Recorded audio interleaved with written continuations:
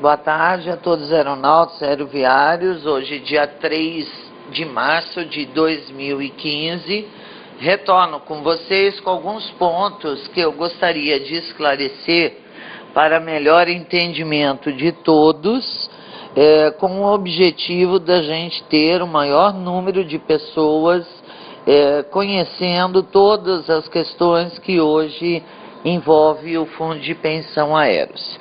Primeiramente, hoje, dia 3, foi depositado o pagamento de março, onde todos os aposentados e pensionistas, até antes de abril de 2006, receberam seus valores totalmente atualizados em suas contas bancárias, né? Este mês nós tivemos uma possibilidade de acelerar esse processo, tendo como ponto de partida o fato da Previdência ter disponibilizado dinheiro com antecedência, aonde o nosso advogado conseguiu conversar com a juíza que está lá provisoriamente, no lugar do doutor Daniel. Ela despachou a liberação do dinheiro, mas não houve por parte dela interesse em despachar a petição do Aeros, que se encontrava também aguardando uma decisão a respeito das pensionistas pós-2006. Né? Mas eu vou começar hoje a falar com vocês a respeito de uma situação que me parece que as pessoas estão com dificuldade de entender.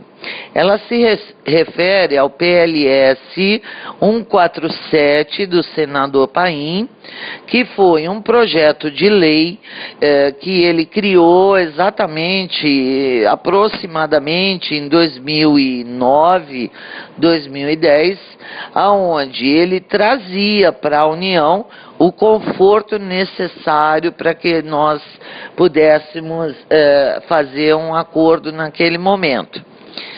Dentro do projeto tem algumas questões que elas são praticamente impossível de serem alcançadas, aonde define exatamente que quem viria pagar os benefícios seria a Previc, através, né, dos pagamentos mensais que os fundos de pensão fazem a agência Previc, que hoje nós estamos numa realidade bastante desfavorável, porque a grande maioria dos fundos de pensão tem enfrentado uma série de problemas com relação aos investimentos, e todo o percentual, né, que deveria ser transferido para a Previc,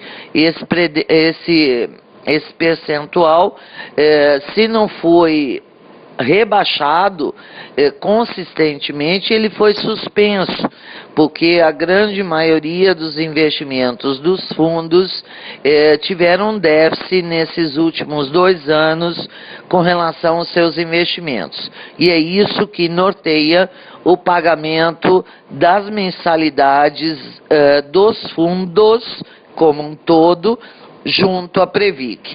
Portanto, essa maneira de pagar vocês, ela é totalmente ruim para todos vocês, com exceção do início do projeto, que permite e autoriza a União a fazer o acordo. Quando o senador Paim pede para desarquivar e voltar, né, a discussão, se vocês recuperarem um pouco, vocês devem lembrar que esse projeto passou pela comissão do senador Flávio Arnes, que deu um parecer favorável, passou pela comissão do senador Álvaro Dias, que foi o relator, e deu um parecer favorável, mas na comissão de economia, esse projeto teve como relator o senador Homero Jucá, que até hoje não apresentou qualquer manifestação a respeito do projeto e, portanto, ele foi recuperado né, desarquivado a pedido do próprio senador, e isso é normal acontecer nas casas, seja na Câmara como no Senado, no sentido de recuperar o projeto e esse projeto retomar a discussão. Quero dizer que após enfrentar a Comissão de Economia, que ainda não tem um parecer favorável, ele deve ir para o plenário do Senado. A partir daí ele vai para a Câmara dos Deputados. Se sofrer qualquer modificação, mesmo que seja muito pequena, ele é obrigado a voltar para o Senado para que seja analisado novamente. Então, o que eu quero dizer com isso?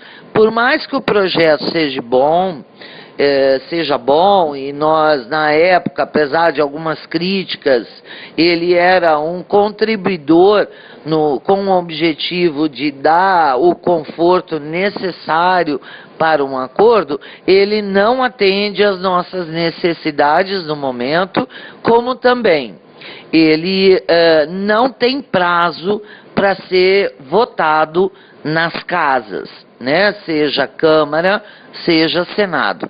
Então, não adianta a gente ficar buscando qualquer solução através desse PL 147.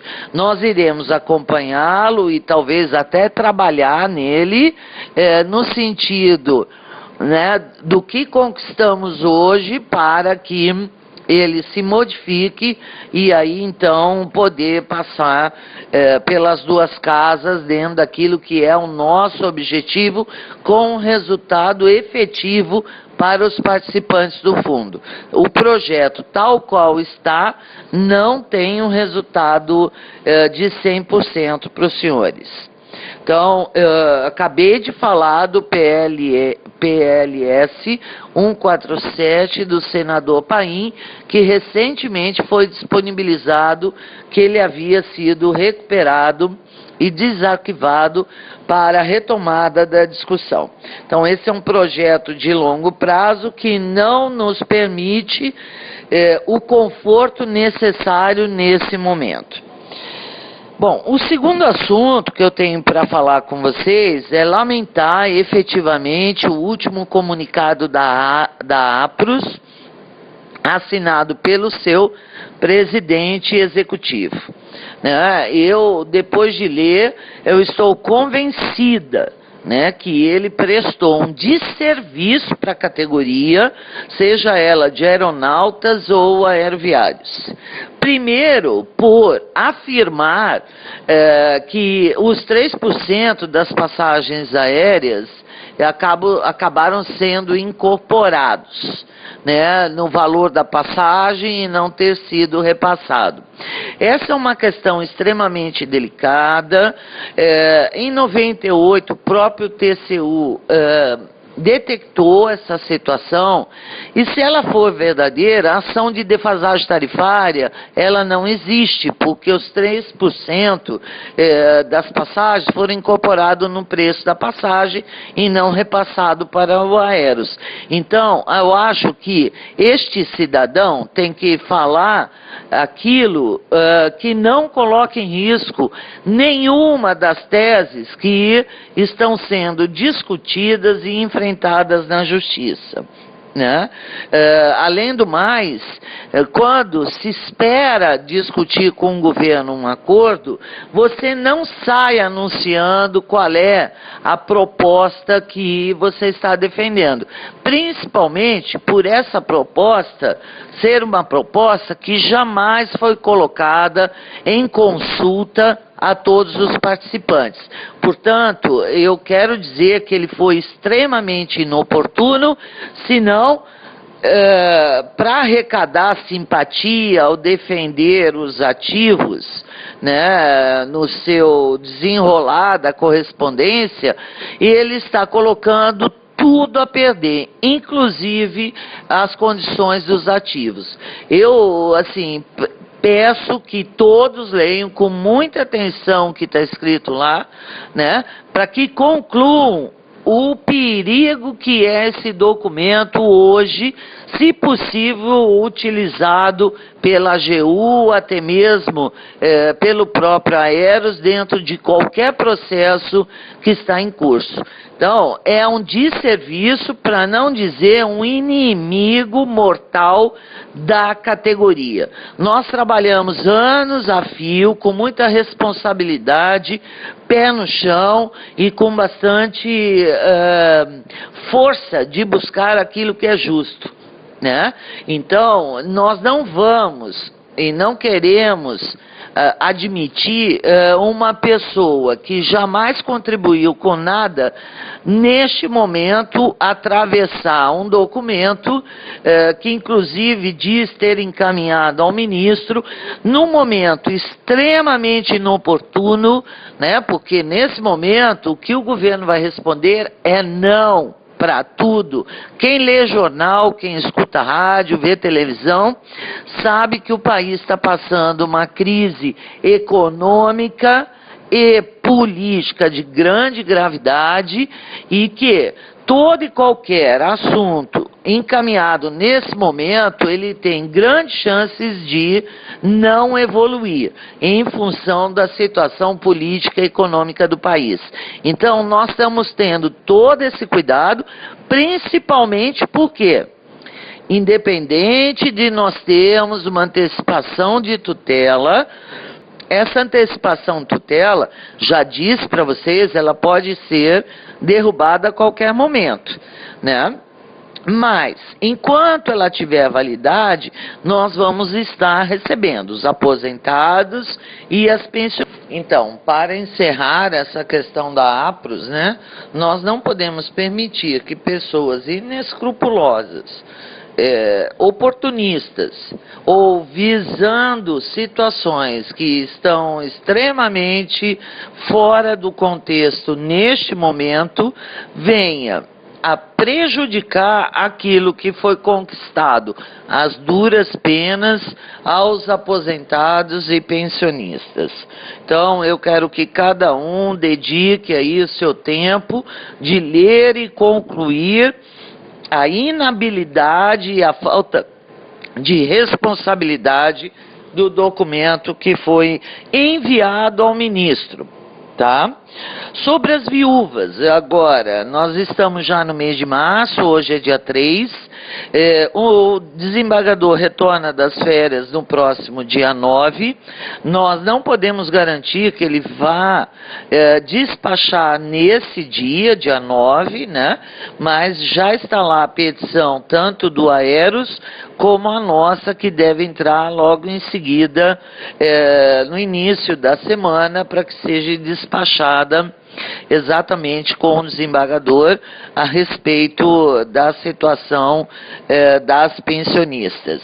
E que isso venha a ficar extremamente claro a pensionistas e herdeiros, para que a gente possa atingir o objetivo pelo qual o fundo foi criado, né? Para o participante e sua pensionista. Somente no plano 2 é que você pode definir os herdeiros, mas não nas condições que estão colocadas hoje, em virtude da liquidação do plano, que é as pessoas estarem recebendo antecipação da reserva, né? A própria decisão manda pagar o benefício de acordo com aquilo que era praticado antes da intervenção em 2006, e com isso se tem claro quem é que dentro do regulamento tem direito a receber. Vou entrar num outro assunto, né, bastante rápido também, e eu sei que é um assunto indigesto e está todo mundo discutindo, que é a tal taxa de administração. Quero dizer que na Lei 109 é previsto taxa de administração. Qualquer fundo que você vá, aberto nos bancos ou fechado, que é o nosso caso, existe um percentual de taxa de administração. Ninguém sabe por que motivo a empresa, o próprio fundo, não cobrou isso de seus participantes desde o início. Mas o que se tem claro né? Até porque o fundo foi criado antes da Lei 109. Mas o que se tem claro é que, na atualidade, esses fundos cobram um percentual.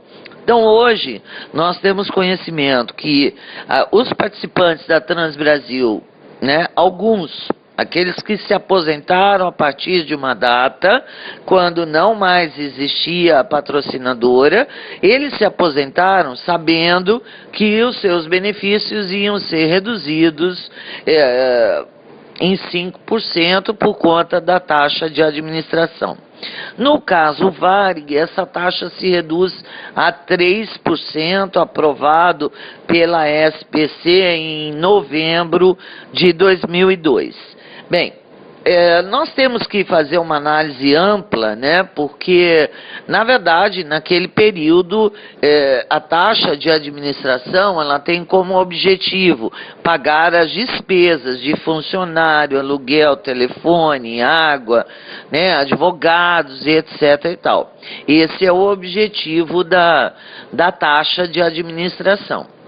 Mas, quando ela foi criada, você tinha aí um Aeros extremamente bem estruturado, com sede em São Paulo, em Porto Alegre e outras localidades, com um serviço extremamente sofisticado de atendimento, etc., que hoje não existe mais.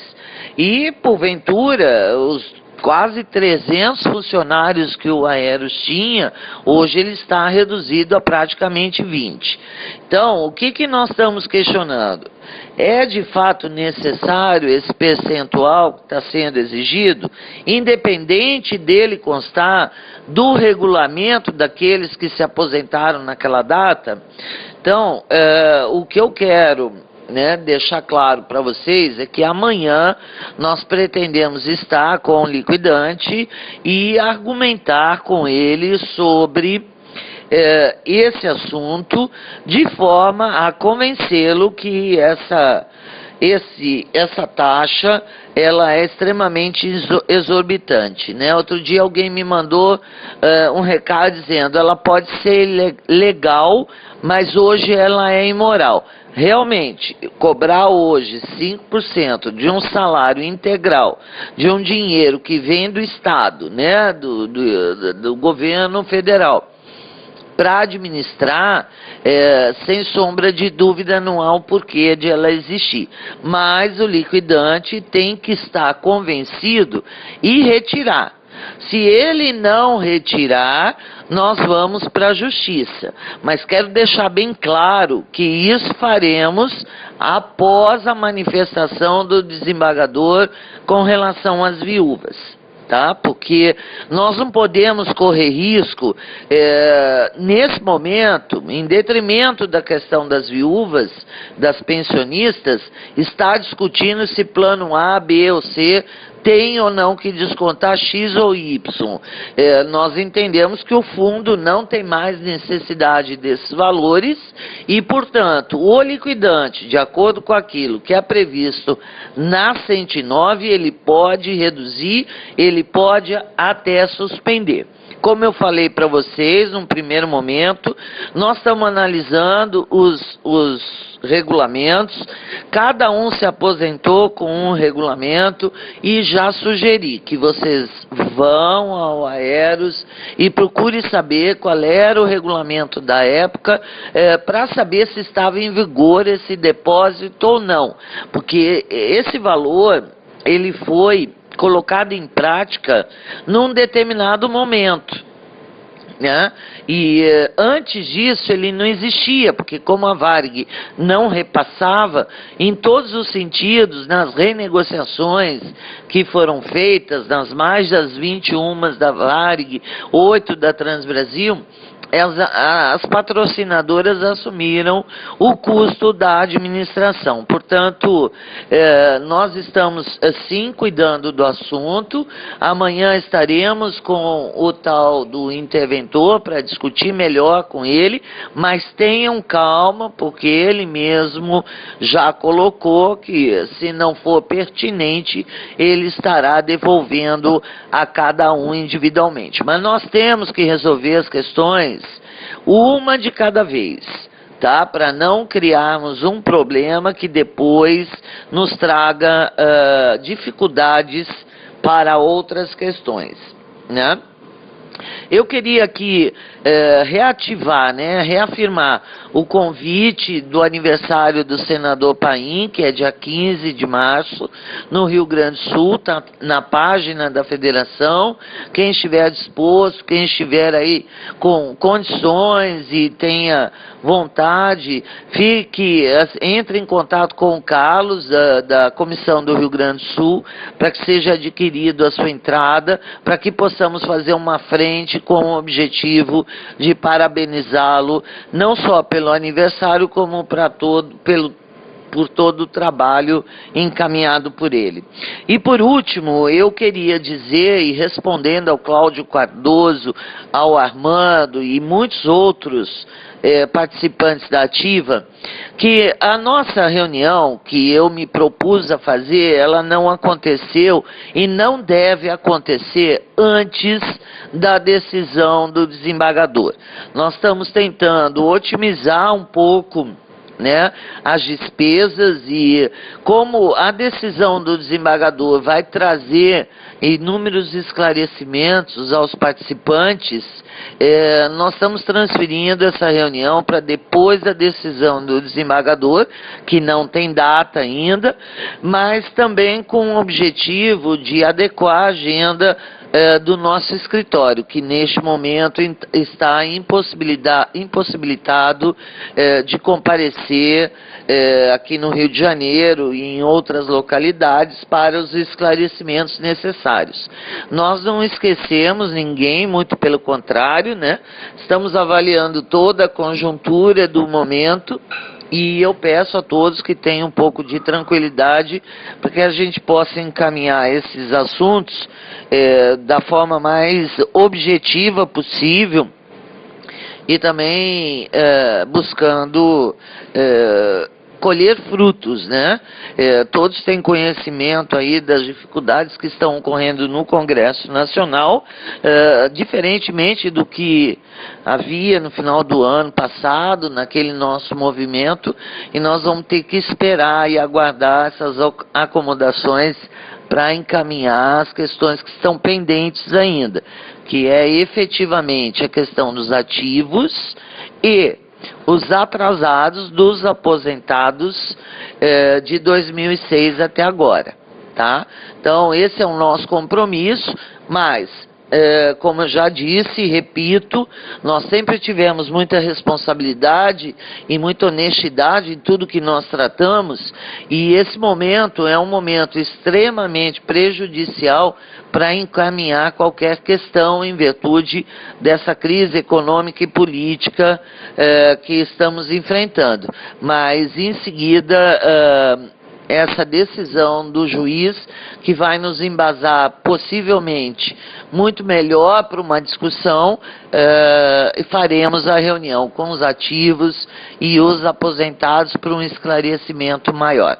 Eu volto assim que eu tiver alguma novidade e deixo a todos aí um grande abraço, muita saúde, e nos falamos em breve. Obrigado.